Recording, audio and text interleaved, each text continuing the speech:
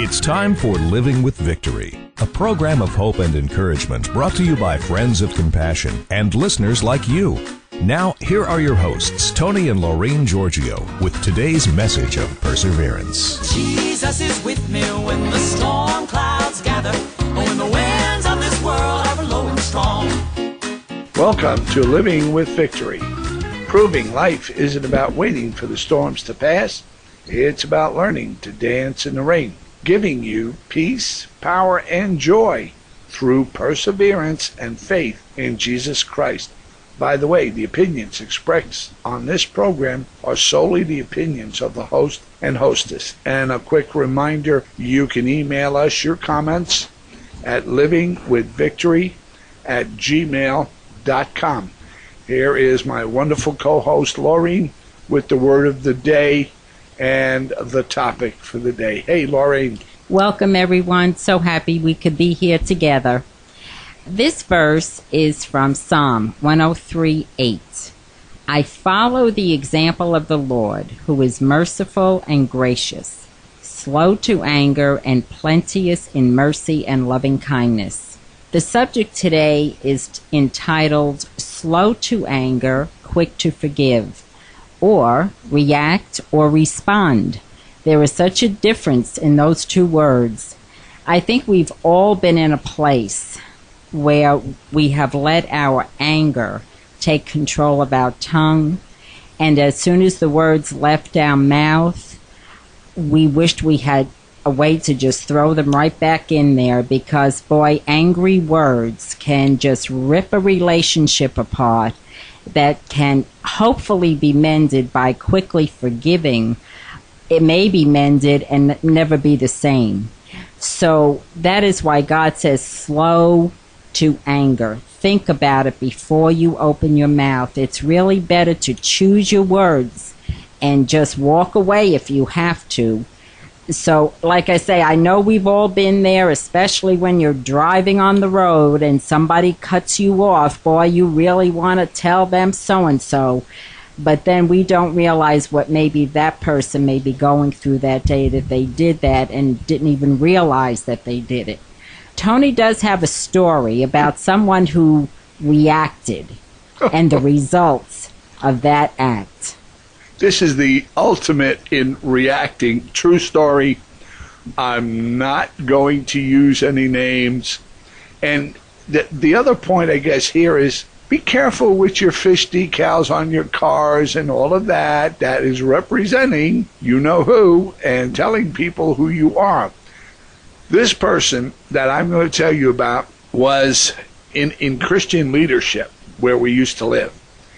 Unbeknownst to everybody, because this person was out there in the entire area as a leader, did something, I guess, that you would say is very reactionary, and I think didn't realize the consequence behind the action. We came to find out that this person was having an affair, and obviously he was not able to get out of the marriage he was in and was very frustrated by the whole situation. So what did he do? Instead of praying about it, letting himself think about it a little more and going to God for advice, he reacted. Now, this is the ultimate reaction, trust me. I mean, and believe me, it's true. I knew the person, and it's not laughable, all right, but you'll understand. He went out and hired a hitman. He hired somebody to kill his wife because she wouldn't give him a divorce. He actually paid somebody money to go and kill somebody. His wife. We're talking about someone who professed everything good and how to live, and then turned around and was caught almost in the act of solicitation for murder, and then had to go on trial. Do you know what that caused? He was thinking about 25 years to life, I don't think he was thinking about the thousands of people who used to listen to him on a weekly basis. The ramifications of reacting that way just brought down a lot of people. And this is somebody who, you might say, always carried the signal of the Lord wherever he went. That is a perfect example of what not to do. A leader that has people following him that love the Lord, to do that, first of all, yes, he could have made a lot of people fall if they weren't strong in their faith and realizing that he was a man that made this mistake and not Christ. But what a black eye he gave to our precious Lord. Because we're to be Christ's ambassadors. We're not to embarrass him. We're here not to embarrass him. We're here to tell people how he loves them. And this man, he couldn't even sit down with his wife and make things right. He knew the word that God said, not to leave your wife, not to divorce her, but to make things right. And he didn't even try that. His first reaction was, let me get rid of her, You know, the grass isn't always greener. You got to mow that other lawn, too. Thank you. We're not being sanctimonious here and trying to down somebody. I'll tell you a quick one because we have time. We were fighting City Hall, so to speak, in our old neighborhood in Florida. And I went to the county commission meeting, I think it was, they have once a month or whatever, and I protested the whatever was going on in the neighborhood there. Being from one culture, again, and I'm not putting the blame on being brought up in Brooklyn, raised on the streets, the chairman sat there and said, you want to take this outside, is what he said to me. Now, as a kid, if somebody said to me, you want to take it outside, that means you're in for a fight. I just reacted to this.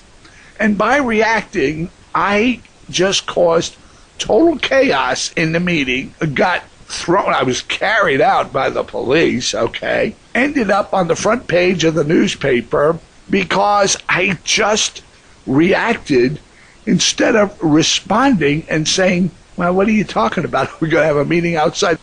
And of course, now I made enemies throughout this whole deal of trying to get things straightened out. Don't do that. You understand? Just don't react to things. Be very slow to anger. And that was my sin for many years, and still is. I'm better at it, but in my younger days, it caused me a lot of grief, a lot of fights. So I've been there, done that. What you need is to be Christ-like, and not by a bumper sticker, but by your actions. I think you would diffuse someone who was just as angry as you were at that moment, even if you didn't feel like it. But if you chose to show God's love, they don't know how to handle love.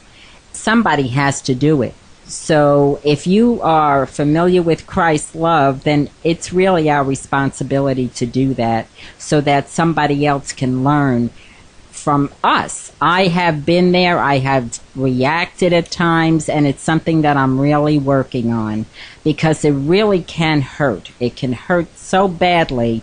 It really is just not good. We need to follow God's example instead of following angry feelings, so we don't have to create situations that we do regret. And it would avoid strife and keeping your peace, which in turn will have you dancing in the rain because you will feel so good about the fact that you handled the situation properly and put the smile on God's face. The other thing I'm thinking of, if we have time, another quick story. We knew people, husband and wife, that weren't getting along too well, and there was always tensions and arguments and all. And one day, as I'm walking past the house, a dinner plate came flying at my head.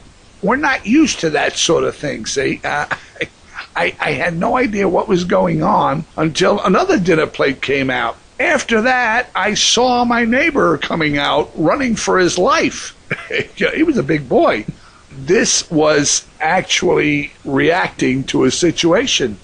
There's no reason for that kind of stuff, because if you're going to get yourself to that point, you need to get on your knees, pray to God, or go to counseling, do something of that nature. But these type of things have gotten out of control. And it's the same way with people under so much pressure today when road rage occurs. They're dealing with different things and taking it out on everybody else. You need to be slow to anger, and you need to be quick to forgive.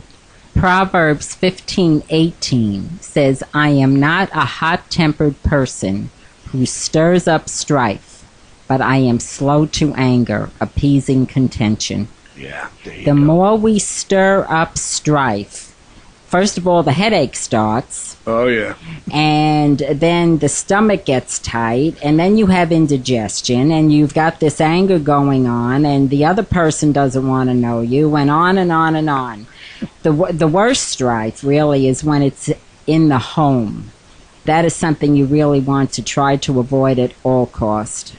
Even if you have to say I'm sorry and you don't feel it, God will reward you for that. Because anything you have to do to keep strife out of your home, it's worth doing. If God had road rage, he's like, could you imagine he's driving down the road and somebody gives him a hard time, and in the twinkle of an eye, as they say, poof, Poof, no more. You're a smokestack. Or I know we're laughing and we're kidding, but understand that God says slow to anger for a reason. Yeah.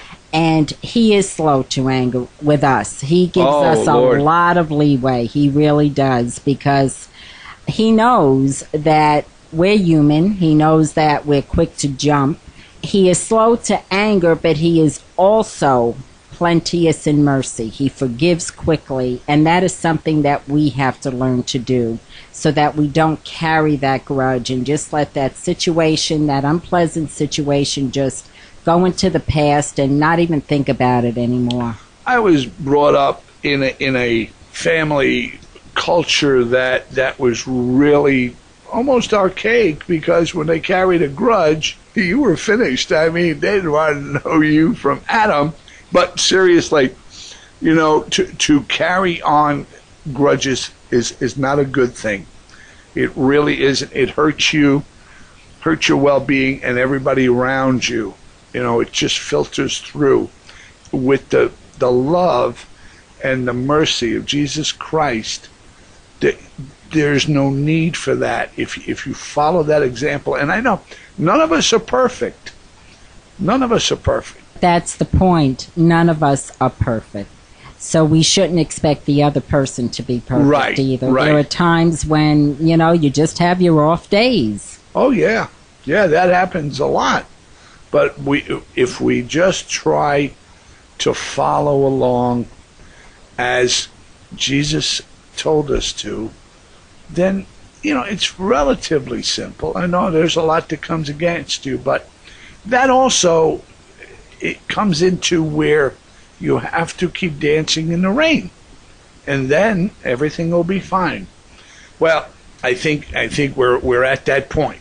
So if you feel we are helping you in any way and would like to help this ministry to continue, listen to our announcer, Tim Hodges, who will give you the information on how to contact us. Until next week, this is Tony And Laureen saying you keep dancing in the rain, because Jesus is your umbrella. You've been listening to Living with Victory with your host, motivational and inspirational speaker Tony Giorgio. Support for Living with Victory comes from Friends of Compassion and listeners like you. Your tax-deductible donations can be sent to Compassion for Kids, P.O. Box 1982, Maggie Valley, North Carolina, 28751. Tony is also available to speak to your group or organization. You can call him at 828-926-4600. Join us again next week at this time for another uplifting story of dancing in the rain. Jesus is with me when the storm clouds gather. He's standing by my side.